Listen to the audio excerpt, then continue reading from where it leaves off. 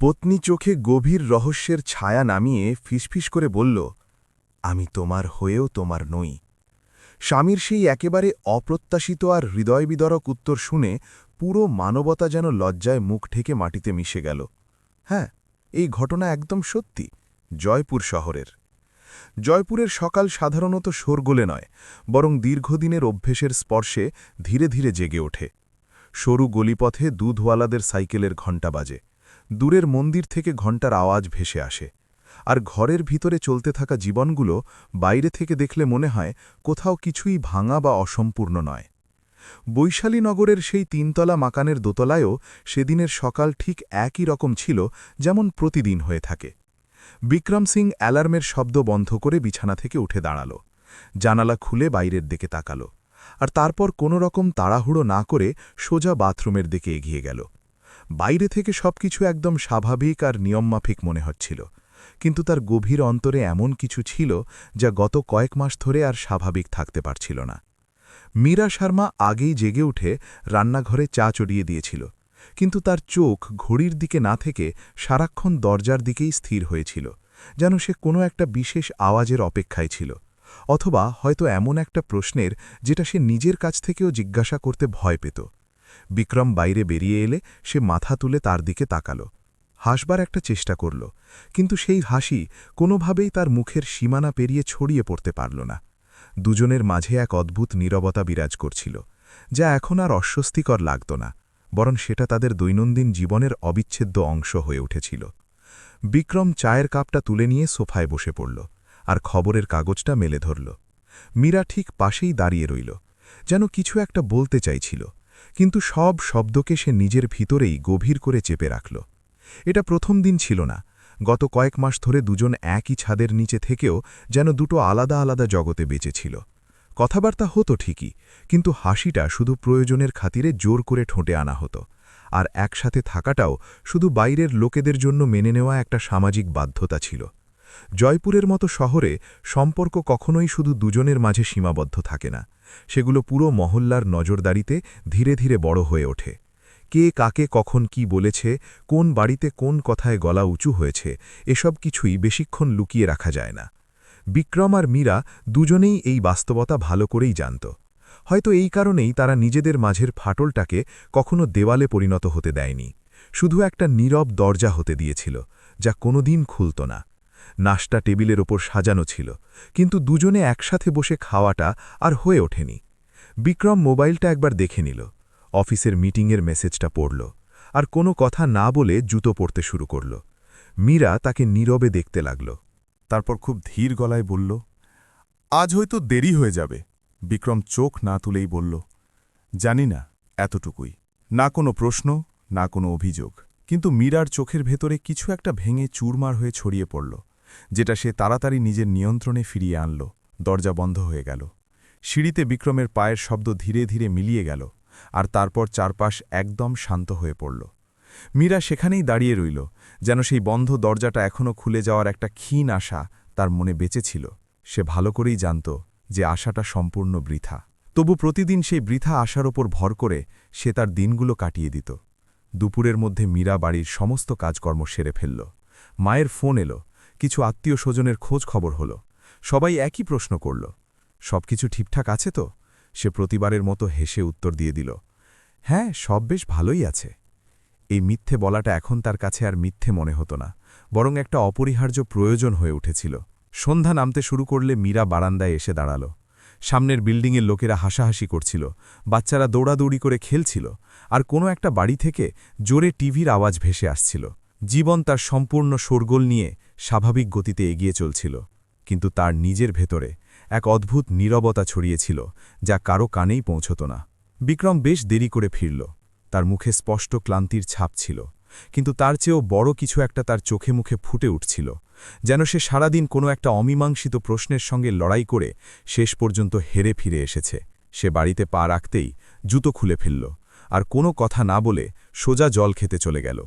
মীরা তাকে কিছুক্ষণ চুপ করে দেখল, তারপর নিজেকে যেন কোনো রকমে সামলে নিয়ে বলল, খাবারটা গরম করে দিই? বিক্রম শুধু মাথা নাড়িয়ে সম্মতি জানাল। খাবার টেবিলে সাজিয়ে দেওয়া হলো, দুজন মুখোমুখি বসল, কিন্তু প্লেটের মাঝের ছোট্ট ফাঁকাটা তাদের হৃদয়ের বিশাল ফাঁকের তুলনায় নিতান্তই তুচ্ছ ছিল। কয়েক মিনিট শুধু চামচের ঠুনঠান আওয়াজ ছাড়া আর কিছুই শোনা যাচ্ছিল না। তারপর মীরা একটা গভীর শ্বাস টেনে নিল, যেন সে কোনো অত্যন্ত ভারী বোঝা তুলতে যাচ্ছে। বিক্রম, সে বলল। বিক্রম মাথা তুলে তাকাল। আমরা এভাবে আর কতদিন চালিয়ে যাব? তার গলায় শুধুই প্রশ্ন ছিল, কোনো অভিযোগ ছিল না। বিক্রম কয়েক মুহূর্ত একদম চুপ করে রইল, তারপর বলল, তুমি আসলে কি চাও? মীরা সোজা তার চোখের দিকে তাকাল, কিন্তু উত্তরটা তাড়াতাড়ি দিতে পারল না। সে খুব ভালো করেই জানত যে যা সে বলতে যাচ্ছে সেটাই সম্পর্কের সমস্ত ভিত্তি পুরোপুরি বদলে দেবে। আমি তোমাকে ছেড়ে যেতে পারব না, সে ধীরে ধীরে বলল, কিন্তু তোমার সাথে আর একসাথে থাকতেও পারছি না। বিক্রমের হাত থেমে গেল। চামচটা প্লেটের ওপর পড়ে যাওয়ার আওয়াজটা অস্বাভাবিক জোরে মনে হল। সে মীরার দিকে এমনভাবে তাকাল যেন প্রথমবার তাকে সত্যিকারের দেখছে। এটা কেমন কথা? মীরার চোখে জল চলে এলো, কিন্তু গলার স্বর একদম স্থির রইল। এটাই একমাত্র সত্যি। ঘরের ভেতর নীরবতা ছড়িয়ে পড়ল। বাইরে কোথাও একটা গাড়ি হর্ন বাজিয়ে চলে গেল, কিন্তু ভিতরের নীরবতা আরও অনেক গভীর হয়ে উঠল। বিক্রম কিছু একটা বলতে চাইছিল, কিন্তু কোনো শব্দই তার মুখ থেকে বেরোচ্ছিল না। সে অনুভব করল যে এটা শুধুমাত্র একটা সাধারণ বাক্য নয়, এটা একটা নিষ্ঠুর শাস্তি, এমন শাস্তি যেখানে না ছিল কোনো স্বাধীনতা, না ছিল কোনো সত্যিকারের স্বাদ। সেই রাতে দুজন অনেকক্ষণ জেগে রইল, আলাদা আলাদা বিছানায় নয়, একই ঘরে, কিন্তু দুটো সম্পূর্ণ আলাদা দুনিয়ায়। বিক্রম ছাদের দিকে তাকিয়ে রইল, আর মীরা বারবার পাশ ফিরতে লাগল। কেউ এক ফোঁটা চোখের জল ফেলল না, কেউ চিৎকার করে উঠল না। শুধু একটা সম্পর্ক ছিল, যেটা ভাঙছিল না, আবার জোড়া লাগছিলও না। বিক্রম বুঝতে পারছিল যে এটা শুধু শুরু, এটা কোনো শেষ নয়, বরং এমন একটা রাস্তার শুরু যেখানে প্রতিটা পদক্ষেপে শুধু যন্ত্রণাই থাকবে, আর পিছনে ফেরার কোনো পথই খোলা থাকবে না। তাকে এটাও জানা ছিল না যে সেই শাস্তিটা আর কতদিন সহ্য করতে পারবে।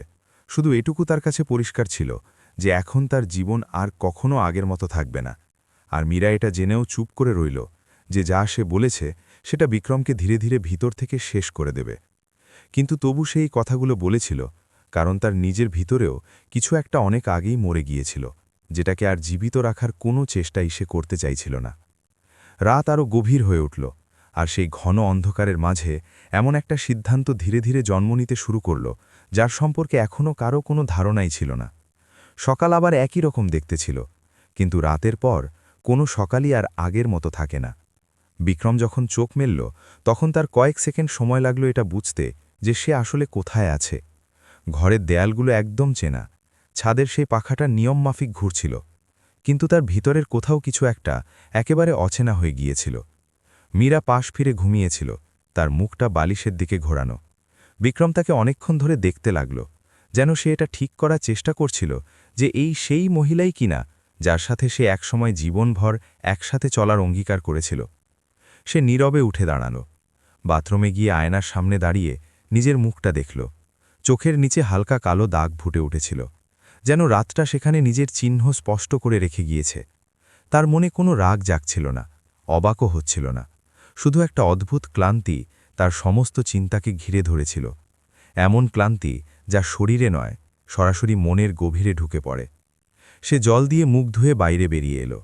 রান্নাঘরে মীরা আগে থেকেই ছিল। সে বিক্রমের পায়ের আওয়াজ পেয়ে ঘুরে দাঁড়াল, যেন কিছু বলতে যাচ্ছিল, কিন্তু পরক্ষণেই চিপ হয়ে গেল। চা আবার চড়ানো হয়েছিল, আবার সেই একই ছবি, কিন্তু দুজনেই ভালো করেই জানত যে এই পুনরাবৃত্তি এখন শুধু একটা দেখানোর ব্যাপার হয়ে দাঁড়িয়েছে। বিক্রম না তাকিয়েই চায়ের কাপটা তুলে নিল। মীরা ধীর গলায় বলল, রাতে যা বলেছিলাম। বিক্রম কথা কেটে বলল, সকালে এসব শুরু করো না। তার গলায় কোনো কঠোরতা ছিল না, শুধু অসীম ক্লান্তি। মীরা চুপ করে গেল। বিক্রম অফিসের জন্য বেরিয়ে পড়ল। লিফটে একা দাঁড়িয়ে সে নিজের চিন্তাগুলো থেকে বাঁচার চেষ্টা করছিল। রাস্তায় জয়পুরের সকাল পুরো দমে জেগে উঠেছিল। অটো, বাস, বাইক সবাই নিজের নিজের গন্তব্যের দিকে ছুটছিল। তার মনে হল সবারই কোথাও না কোথাও পৌঁছনোর তাড়া আছে, শুধু সেই এমন যার কোনো গন্তব্যই আর জানা নেই। অফিসে পৌঁছে এসে কাজের মাঝে নিজেকে সম্পূর্ণ ডুবিয়ে দিল। মিটিং, কল, ফাইল সবকিছু আগের মতোই চলছিল, কিন্তু প্রতি কয়েক মিনিট অন্তর সে ফোনের স্ক্রিনটা দেখে নিচ্ছিল, যেন সেখানে কোনো একটা উত্তর লুকিয়ে আছে। দুপুরে মায়ের ফোন এলো, এলো। বিক্রম ধরতেই ওদিক থেকে সেই চিন্তিত গলায় একই প্রশ্ন ভেসে এলো। সব ঠিক আছে তো বাবু? মীরা ঠিক তো আছে? বিক্রম এক মুহূর্ত ভাবল, তারপর সেই একই উত্তর দিয়ে দিল যা সে বরাবর দিয়ে আসছিল। হ্যাঁ মা, সব ঠিক আছে। ফোন কেটে যাওয়ার পর তার মনে হলো এই মিথ্যেটা এখন শুধু সমাজের জন্য নয়, নিজের কাছেও একটা সত্যি হয়ে উঠেছে। সন্ধ্যায় সে জেনে শুনে অনেক দেরি করে ফিরল। বাড়িতে ঢুকতেই মীরার উপস্থিতি তার অনুভূতিতে ধরা পড়ল। সে ড্রয়িং রুমে বসেছিল, হাতে মোবাইল ছিল, কিন্তু দৃষ্টি একদম অন্যদিকে। বিক্রম জুতো খুলল, জল খেল, আর সোফায় বসে পড়ল। দুজনের মাঝে শারীরিক দূরত্ব ছিল, কিন্তু ঘরের হাওয়া যেন ভারী হয়ে উঠেছিল। আজ খুব দেরি হয়ে গেল, মীরা বলল। কাজ ছিল, বিক্রম উত্তর দিল। প্রতিদিন। বিক্রম তার দিকে তাকিয়ে জিজ্ঞাসা করল, তুমি আসলে কি চাও? মীরা গভীর শ্বাস নিল। আমি চাই যে আমরা একবার স্পষ্ট করে কথা বলি। তুমি তো কাল স্পষ্ট করেই বলে দিয়েছ। বিক্রমের গলা একটু তিক্ত হয়ে উঠল। মীরা চোখ নামিয়ে নিল। আমি সত্যিটাই বলেছিলাম। সেই রাতে কোনো ঝগড়া হয়নি, কিন্তু ঝগড়ার চেয়েও অনেক বেশি ভারী একটা চুপচাপ ছড়িয়েছিল। পরের কয়েকটা দিন ঠিক একইভাবে কেটে যেতে লাগল। দুজন একই বাড়িতে থাকে, একই ছাদের নিচে ঘুমায়, কিন্তু কথাবার্তা শুধুমাত্র প্রয়োজনীয় কথার মধ্যেই সীমাবদ্ধ থাকে। মীরা কখনো কখনো বিক্রমের দিকে তাকায়, যেন কিছু বলতে চায়, কিন্তু পরক্ষণেই নিজেকে থামিয়ে নেয়। বিক্রমও আর কোনো প্রশ্ন করা ছেড়ে দিয়েছে। একদিন রবিবার মীরা তার বান্ধবীর সাথে দেখা করতে বেরিয়ে গেল। বাড়ি একদম খালি হয়ে গেল। বিক্রম প্রথমবার সেই নীরবতাটা পুরোপুরি অনুভব করতে পারল, যা মীরা থাকা সত্ত্বেও তাকে সারাক্ষণ ঘিরে রাখত। সে বাড়ির প্রতিটা কোণ দেখল। প্রত্যেক জিনিস নিজের জায়গায় ঠিকঠাক ছিল, কিন্তু তবু তার মনে হল যেন কোথাও কিছু একটা গভীরভাবে অনুপস্থিত। সে বারান্দায় এসে দাঁড়াল। নিচের রাস্তায় লোকেরা যাতায়াত করছিল, বাচ্চারা খেলছিল, কেউ হাসছিল। জীবন তার নিজস্ব গতিতে এগিয়ে চলছিল, কিন্তু তার নিজের অংশটা কোথাও একদম আটকে গিয়েছিল। সেই সন্ধ্যায় মীরা বেশ দেরি করে ফিরল। তার চোখ দুটো লাল হয়েছিল, হয়তো অনেকক্ষণ কেঁদেছিল। বিক্রম দেখল, কিন্তু কোনো কথা বলল না। খাবার তৈরি হয়ে গেল, দুজনে খেয়ে নিল। তারপর হঠাৎ মীরা বলে উঠল, আজ সবাই আমাকে জিজ্ঞাসা করছিল যে আমাদের মধ্যে সবকিছু ঠিক আছে কিনা। বিক্রম চুপচাপ শুনতে লাগল। আমি বললাম হ্যাঁ, কিন্তু নিজের কাছেও জানি না কেন এই কথাগুলো বলতে বলতে আমার গলা ভরে এসেছিল। বিক্রম প্লেটটা আলাদা করে রেখে দিল। তাহলে মীরা তার দিকে তাকালো। তো আবার আমার মনে হলো আমি হয়তো ভুল করছি, হয়তো তোমার সাথে এসব করাটা ঠিক হচ্ছে না। সে বাক্যটা আর শেষ করতে পারল না। বিক্রমের ভিতরে কিছু একটা নড়ে উঠল। তার মনে হলো হয়তো এই সম্পর্কটা এখনও বাঁচানো যেতে পারে। কিন্তু পরের মুহূর্তেই মীরা বলল, কিন্তু আবার সেই পুরনো ভয়টা আমাকে গ্রাস করে ফেলল। যদি আমি পুরোপুরি তোমার সাথে আসি, তাহলে নিজেকেই হারিয়ে ফেলব। বিক্রম প্রথমবার রাগের সাথে তার দিকে তাকালো। তাহলে আমি কি? মীরা তোমার ভয়ের একটা অংশ? মীরা কেঁদে ফেলল। না, তুমি আমার বাধ্যতা। সেই শব্দটা বিক্রমের বুকে কোথাও গেঁথে গেল। বাধ্যতা। সে অনুভব করল যে এই সম্পর্ক এখন আর ভালোবাসা থেকে চলছে না, শুধু বাধ্যতা থেকে চলছে। সেই রাতে বিক্রম অনেকক্ষণ জেগে রইল। তার মনে শুধু প্রশ্নের পর প্রশ্ন ঘুরপাক খাচ্ছিল, কোনো উত্তর ছিল না। তার মনে হতে লাগল যে এটা শুধু তার একার যন্ত্রণা নয়, এটা হয়তো কারো অন্যের অনেক বড় পরিকল্পনার অংশ, কোনো এমন সত্যির যেটা এখনও পুরোপুরি সামনে আসেনি। মীরার ভয়, তার ইতস্তত ভাব, তার অর্ধেক কথা, সব কিছু একে অপরের সাথে গভীরভাবে জড়িত মনে হচ্ছিল। পরের সকালে বিক্রম একটা স্পষ্ট সিদ্ধান্ত নিয়ে ফেলল। সে মীরাকে কিছুই বলল না, কোনো ঘোষণাও করল না, শুধু নিজের ভিতরে একটা ঠান্ডা আর দৃঢ় সংকল্প জমা করে নিল। যদি এই সম্পর্ক তাকে মাঝপথে ঝুলিয়ে রাখতে চায়, তাহলে সেও আর চুপচাপ সহ্য করবে না। সে বুঝে গিয়েছিল যে কিছু প্রশ্নের উত্তর জোর করে বের করা যায় না, তাদের নিজেদেরই সময় মতো বাইরে আসতে দিতে হয়। আর সেই নীরবতার মাঝে বিক্রমের ভিতরে কিছু একটা ধীরে ধীরে বদলে যাচ্ছিল। সে এখনও জানত না যে সে ঠিক কি করতে চলেছে, কিন্তু এইটুকু তার কাছে একদম পরিষ্কার ছিল যে এখন সে শুধু সহ্য করবে না। কিছু একটা এমন হতে যাচ্ছে যেটা এই সম্পর্কের সমস্ত দিকই বদলে দেবে, আর হয়তো সবকিছু আর আগের মতো থাকবে না। সেই সকালে বিক্রম অনেকক্ষণ ধরে আলমারির সামনে দাঁড়িয়ে জামা বেছে নিল। এটা প্রথমবার ছিল যখন তার এত সময় লাগছিল কোন শার্টটা পরবে সেটা ঠিক করতে।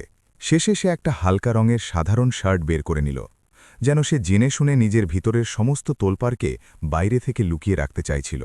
মীরা রান্নাঘরে ছিল।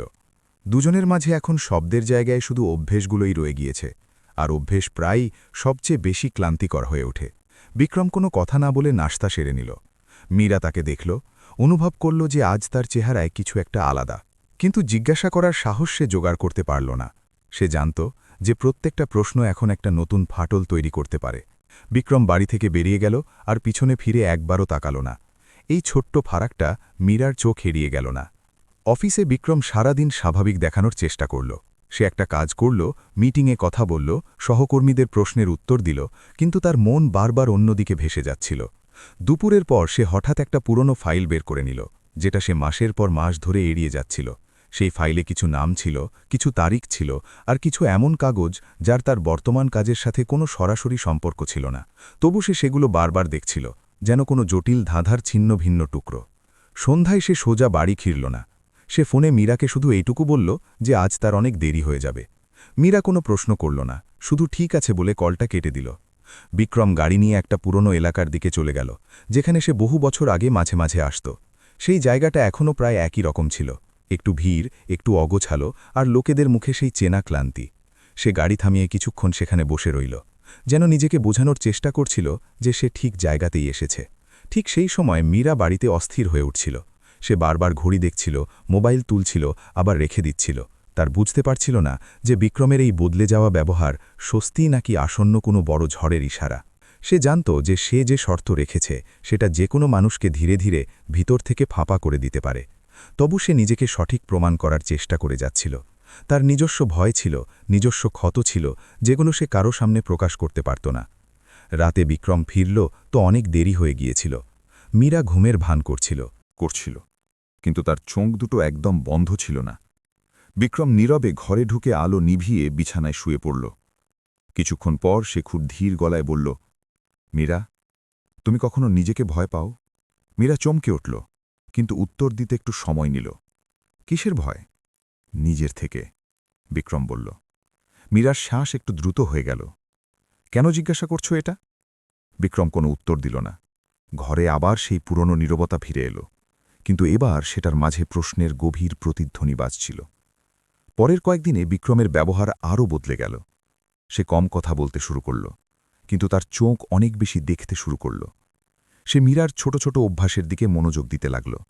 কার সাথে কথা বলছে, কোন কথায় হঠাৎ চুপ হয়ে যায়, কোন প্রশ্ন থেকে সে সরে যায়। মীরা এই পরিবর্তনটা স্পষ্ট অনুভব করছিল। তার মনে হতে লাগল যে বিক্রম এখন শুধু তার স্বামী নয়, বরং এমন একজন মানুষ হয়ে উঠছে যে তার ভিতরের গোপন জগতে উঁকি দিয়ে দেখার চেষ্টা করছে। এক সন্ধ্যায় মীরা সাহস জোগাড় করে বলল, তুমি একদম বদলে গিয়েছ। বিক্রম তার দিকে তাকাল। তোমার কি ভালো লাগছে না? মীরা মাথা নাড়ল। ভয় লাগছে, সত্যির থেকে ভয় লাগে। বিক্রম বলল, মিথ্যের থেকে নয়। মীরা কিছু বলতে চাইছিল, কিন্তু শব্দগুলো তার গলায় আটকে গেল। সেই রাতে মীরা অনেকক্ষণ জেগে রইল। তার মনে হল যেন সে এমন একটা মোড়ে দাঁড়িয়ে আছে যেখান থেকে পিছনে ফেরা আর সম্ভব নয়। সে নিজেকে জিজ্ঞাসা করল যে সে কি সত্যিই বিক্রমকে শুধু নিজের শর্তে জীবিত রাখতে চায়, নাকি সে এমন একটা সত্যি থেকে পালিয়ে বেড়াচ্ছে যেটা সে মেনে নিতে পারছে না। তার প্রথমবার এই অনুভূতি হল যে তার এই নীরবতাও এক ধরনের হিংসায় পরিণত হয়েছে। ওদিকে বিক্রম নিজের ভিতরে আর একটা পদক্ষেপ এগিয়ে নিয়েছে। সে কয়েকটা ফোন কল করেছে, কিছু পুরনো যোগাযোগ আবার জাগিয়ে তুলেছে। সে কোনো একটা সিদ্ধান্তে পৌঁছাতে চায়, কিন্তু একদম নীরবে। তার জানা ছিল যে যদি সে সরাসরি প্রশ্ন করে তাহলে সঠিক উত্তর পাবে না। তাকে অপেক্ষা করতে হবে, সঠিক সময়ের জন্য। একদিন হঠাৎ মীরার শরীর খারাপ হয়ে গেল। কিছু বড় সমস্যা নয়, শুধু মাথা ঘোরা আর দুর্বলতা। বিক্রম তাকে ডাক্তারের কাছে নিয়ে গেল। সেখানে বসে বসে সে দেখল যে মীরা কতটা ঘাবড়ে গিয়েছে। ডাক্তারের সাধারণ কথাতেও সে যেন ভিতর থেকে কাঁপছিল। বিক্রম কিছু বলল না, কিন্তু তার মনে একটা সন্দেহ আরও গভীর হয়ে বসল। এই ভয়টা শুধু সম্পর্কের নয়, এটা কোনো পুরনো ক্ষতের ভয়। বাড়ি ফেরার পথে মীরা গাড়ির জানালা দিয়ে বাইরে তাকিয়ে বলল, যদি কখনো আমি পুরোপুরি ভেঙে পড়ি, তাহলে তুমি কি করবে? বিক্রম গাড়ি থামাল না, শুধু বলল, তখন হয়তো আমি এমন কিছু করব যেটা তুমি স্বপ্নেও ভাবতে পারবে না। মীরা তার দিকে তাকালো, কিন্তু তার মুখে কোনো ভাব ফুটে উঠল না। প্রথমবার তার মনে হল যে বিক্রম তার চেয়ে অনেক এগিয়ে গিয়েছে, চিন্তায়, বোঝায়, আর হয়তো সাহসেও। এই অনুভূতিটা তাকে ভয়ানকভাবে নাড়িয়ে দিল। সেই রাতে দুজনের মাঝে কোনো ঝগড়া হল না, কোনো তর্ক হল না, শুধু একটা অদৃশ্য দূরত্ব আরও বেড়ে উঠল। বিক্রম এখন পুরোপুরি বুঝে গিয়েছিল যে এই সম্পর্ক কোনো একটা সাধারণ কথাবার্তা দিয়ে মিটবে না। তাকে এমন কিছু করতে হবে যেটা শুধু মীরাকে নয়, নিজেকেও একটা আয়নার সামনে দাঁড় করিয়ে দেবে। আর সেই রাতেই যখন মীরা ঘুমানোর চেষ্টা করছিল আর বিক্রম ছাদের দিকে তাকিয়েছিল, তখন একটা সিদ্ধান্ত পুরোপুরি আকার নিয়ে ফেলল, যার পরে না মীরা আগের মতো থাকতে পারবে, না বিক্রম, আর না এই সম্পর্ক শুধু দুজনের ব্যক্তিগত গল্প হয়ে থাকবে। বিক্রম পরের সকালে বাড়ি থেকে বেরোনোর সময় প্রথমবার মীরাকে খুব মনোযোগ দিয়ে দেখল। সে আয়নার সামনে দাঁড়িয়ে চুল বাঁধছিল, যেমন রোজ বাঁধে, কিন্তু আজ তার আঙুলগুলোতে হালকা ঘাবড়ানি ছিল। এক অদ্ভুত অস্থিরতা মিশেছিল। বিক্রম পুরনো জহুরি বাজারের এক সরু গলিতে পৌঁছে গেল, যেখানে সময় যেন অনেক আগেই থেমে গিয়েছে। সে একটা ছোট ক্লিনিকের সামনে গাড়ি থামাল। বাইরে লাগানো সাইনবোর্ডের নামটা পুরনো হয়ে গিয়েছিল, রং উঠে গিয়েছিল। সে দরজা ঠেলে ভেতরে ঢুকতেই ঠান্ডা হাওয়া তাকে কয়েক মুহূর্তের জন্য স্বস্তি দিল। ডাক্তার তাকে দেখে চিনতে একটু সময় নিল, তারপর বসার ইশারা করল। বিক্রম কোনো ঘুরিয়ে না বলে সরাসরি কথা শুরু করল। সে সোজা কোনো প্রশ্ন করল না, শুধু কয়েকটা নাম উচ্চারণ করল, কয়েকটা তারিখ বলল, আর মাঝে মাঝে চুপ করে যাচ্ছিল। ডাক্তারের চোখে স্পষ্ট অস্থিরতা ফুটে উঠছিল। সে কথা এড়ানোর চেষ্টা করছিল, কিন্তু বিক্রমের শব্দে একটা ঠান্ডা ধৈর্য ছিল, যা ধীরে ধীরে চাপ তৈরি করছিল। ওদিকে মীরা বাড়িতে একা অস্থির হয়ে উঠছিল। সে দেখল যে বিক্রম ছুটি নিয়েছে, কিন্তু বাড়ি ফেরেনি। সে কল করল, ফোনটা ধরা হল না। তার মনে হলো যেন তার ভেতরে কোনো পুরনো আশঙ্কা আবার মাথা তুলছে। সে রান্নাঘরে গেল, তারপর ঘরে, তারপর বারান্দায়, সব জায়গায় শুধু সেই অস্থিরতা। সে নিজের মাকে কল করার কথা ভাবল, তারপর থেমে গেল। সে চায় না যে আর কাউকে এই জটিলতার মাঝে টেনে আনুক। সন্ধ্যা হতে হতে বিক্রম ফিরল। তার মুখে ক্লান্তি ছিল, কিন্তু চোখে এক অদ্ভুত স্বস্তির আভা, যেন কোনো ভারী বোঝার একটা অংশ নেমে গিয়েছে। মীরা তাকে দেখল, আর কিছু জিজ্ঞাসা করল না। দুজনে একসাথে চা খেল। প্রথমবার কোনো তাড়াহুড়ো ছাড়াই বিক্রম কাপটা রাখতে রাখতে বলল, আমার একটা জিনিস পরিষ্কার হয়েছে। মীরা মাথা তুলল। কি? যে ভয় সবসময় বর্তমানের হয় না, বিক্রম বলল। কখনো কখনো সেটা অনেক পুরনো হয়। মীরার মুখ শক্ত হয়ে গেল। তুমি আসলে কি বলতে চাইছ? বিক্রম তার দিকে সোজা তাকাল। আমি সবকিছু জানি না, কিন্তু এটুকু বুঝে গিয়েছি যে তুমি যে শাস্তিতে আমাকে আটকে রেখেছ, সেটা শুধু আমার জন্য নয়, তুমি নিজেও সেই শাস্তির মাঝে আটকে আছো। মীরা ঠোঁট কামড়ে ধরল। তোমাকে কিছুই জানা নেই? জানা যাচ্ছে, বিক্রম ধীরে ধীরে বলল। সেই রাতে মীরা প্রথমবার বিক্রমের সাথে তর্ক করল। তার গলা উঁচু হয়নি, কিন্তু শব্দগুলো ছিল খুব তীক্ষ্ণ। সে বলল যে তাকে কাউকে কিছু বোঝানোর কোনো দরকার নেই, যে তার ভয়টা তার নিজের, আর সে সেটা কারো উপর চাপিয়ে দিচ্ছে না। বিক্রম শুনল, মাঝে কোনো বাধা দিল না। যখন সে চুপ করল, তখন বিক্রম শুধু বলল, তুমি আমাকে ছেড়ে যেতে পারো, এটা তোমার অধিকার, কিন্তু আমাকে এভাবে ঝুলিয়ে রাখাটা কোনো মানবতা নয়। মীরা কোনো উত্তর দিল না। সে ঘরের ভেতর চলে গেল আর দরজা বন্ধ করে দিল। বিক্রম বাইরে বসে রইল। তার মনে হলো যেন প্রথমবার সে এই সম্পর্কের মাঝে নিজের জায়গাটা স্পষ্ট করে নিয়েছে। সে আর যাচক নয়। পরের দিন বিক্রম আরেকটা সাক্ষাৎ করল, এবার এমন একজনের সাথে যে মীরার জীবনে অনেক আগে এসেছিল, আর তারপর হঠাৎ করে উধাও হয়ে গিয়েছিল। কথা বেশি লম্বা হয়নি, কিন্তু যতটুকু হয়েছিল তাতেই অনেকগুলো আলাদা সুতো জুড়ে গিয়েছিল। বিক্রম বুঝতে শুরু করল যে মীরার ভয়টা আসলে কোন জায়গা থেকে উঠে আসছে, আর কেন সে অর্ধেক স্বাদ আর অর্ধেক দূরত্ব বেছে নিয়েছে। বাড়ি ফিরে সে মীরাকে কিছুই বলল না। সে অপেক্ষা করার সিদ্ধান্ত নিল। সে জানত যে সত্যি জোর করে বের করানো যায় না, তার জন্য একটা নিরাপদ জায়গা দরকার। মীরা এই পরিবর্তনটা অনুভব করছিল। তার মনে হতে লাগল যে বিক্রম এখন আর প্রতিক্রিয়া দেয় না, বরং একটা দিক নির্ধারণ করে ফেলেছে। এটা তাকে ভয়ানকভাবে অস্থির করে তুলছিল। কয়েকদিন পর মীরার মা হঠাৎ দেখা করতে চলে এলো। বাড়িতে অতিথি আসায় পরিবেশটা একটু বদলে গেল। হাসি, গল্প, পুরনো স্মৃতি সবকিছু যেন স্বাভাবিক দেখাতে লাগল। কিন্তু বিক্রম লক্ষ্য করল যে মীরা তার মায়ের সামনেও খুব সতর্ক, যেন প্রত্যেকটা বাক্য সে ওজন করে বলছে। সেই রাতে যখন মা ঘুমিয়ে পড়ল, বিক্রম মীরাকে বলল, তুমি একা নও। মীরা তার দিকে তাকালো, চোখে জল চলে এলো। যদি আমি সত্যিটা বলে দিই তাহলে সবকিছু ভেঙে যাবে। বিক্রম মাথা নাড়ল। কখনো কখনো ভাঙাটা খুব জরুরি হয়, যাতে মিথ্যেগুলো আর টিকে না থাকে। মীরা অনেকক্ষণ চুপ করে রইল, তারপর বলল, যদি আমি তোমাকে ছেড়ে দিই তাহলে তুমি ঠিক থাকবে। বিক্রম বিনা দ্বিধায় বলল, হ্যাঁ, কিন্তু যদি তুমি আমাকে এভাবে বেঁধে রাখো তাহলে আমরা দুজনেই আর বাঁচতে পারব না।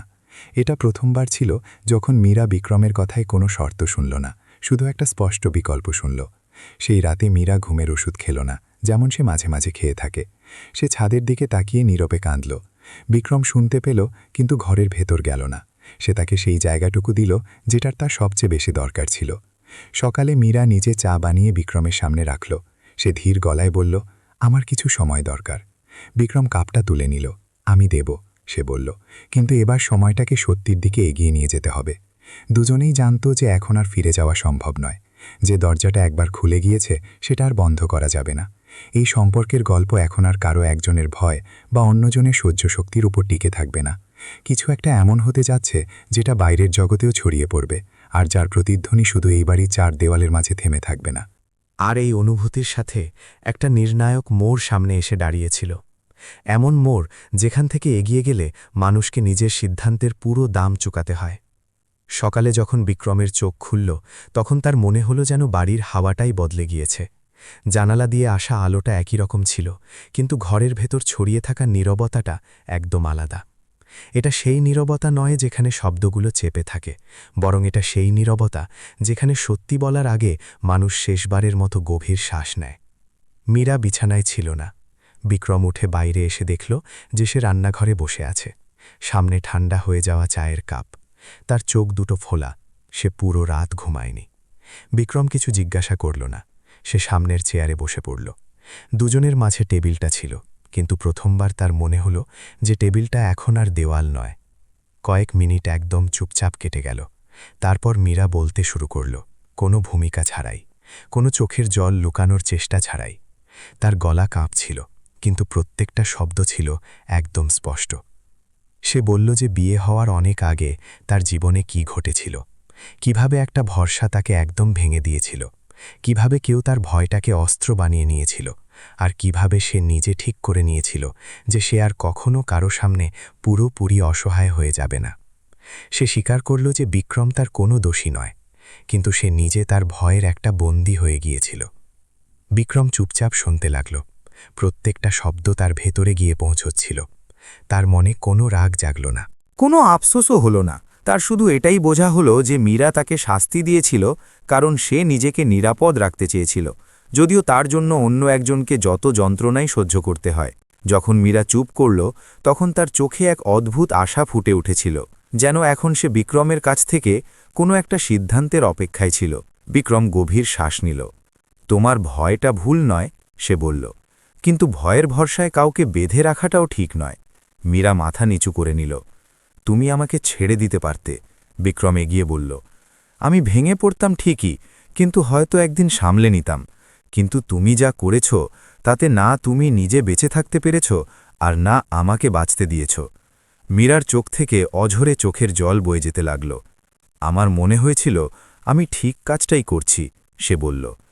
এটাই সবচেয়ে বিপজ্জনক ভ্রম, বিক্রম বলল, যখন মানুষ নিজের ক্ষতটাকে সঠিক বলে নিজেকে বোঝাতে শুরু করে। সেই দিন বিক্রম এমন একটা পদক্ষেপ নিল যার কেউ কল্পনাও করেনি। সে না বাড়ি ছেড়েছে, না মীরাকে বের করে দিয়েছে। সে নিজের মা-বাবা, মীরার মা আর কয়েকজন বিশ্বস্ত আত্মীয়কে ডেকে এনেছে। কোনো পঞ্চায়েতের মতো নয়, কোনো তামাশার মতো নয়, শুধু সবাইকে বসিয়ে সে খুব স্পষ্ট করে বলে দিল যে এই সম্পর্ক এই অবস্থায় আর চলতে পারে না। সে মীরার গল্পটা কারো সামনে খুলে বলল না, তার সম্মান বাঁচিয়ে শুধু এটুকু বলল যে দুজনেরই আলাদা আলাদা পথে হেঁটে নিজেকে সারিয়ে তোলার দরকার আছে। বাড়ির ভিতর নীরবতা নেমে এলো। কেউ বিক্রমকে স্বার্থপর বলল, কেউ মীরাকে জেদি বলল, কিন্তু বিক্রম একদম শান্ত রইল। সে স্পষ্ট করে বলল যে সে তালাক চাইছে না, কিন্তু এই অসম্পূর্ণ সম্পর্কের মাঝেও সে আর থাকবে না। সে আলাদা থাকার সিদ্ধান্ত নিয়ে ফেলল, বিনা ঘৃণায়, বিনা কোনো প্রতিশোধের ইচ্ছায়। এই সিদ্ধান্ত শুনে মীরা যেন একদম ভেঙে পড়ল। তার আশা ছিল যে বিক্রম হয় তাকে ছেড়ে দেবে, নয়তো পুরোপুরি নিজের করে নেবে। এই মাঝামাঝি রাস্তাটা সে কখনো ভাবতেও পারেনি। বিক্রম সেই সন্ধ্যায় বাড়ি থেকে বেরিয়ে গেল। সে একটা ছোট ফ্ল্যাট ভাড়া নিয়ে নিল। যাওয়ার সময় সে মীরাকে শুধু এটুকু বলল, যখন তুমি ভয়ে ছাড়া আমার কাছে আসতে পারবে তখন এসো, আর যদি কখনো না আসতে পারো তাহলেও ঠিক আছে, আমি তোমার শাস্তি হতে চাই না। মীরা তাকে কোনোভাবে থামাল না। সে জানত যে যদি সে আজ তাকে আটকায় তাহলে এই গল্প আবার সেই একই জায়গায় ফিরে আসবে। সময় কাটতে লাগল। বিক্রম একা থাকতে শুরু করল। সে নিজের কাজে পুরোপুরি মন দিল। নিজের ভিতরের ক্ষতগুলোকে ধীরে ধীরে বুঝতে শুরু করল। সে ভেঙে পড়েছিল ঠিকই, কিন্তু অপমানিত হয়নি।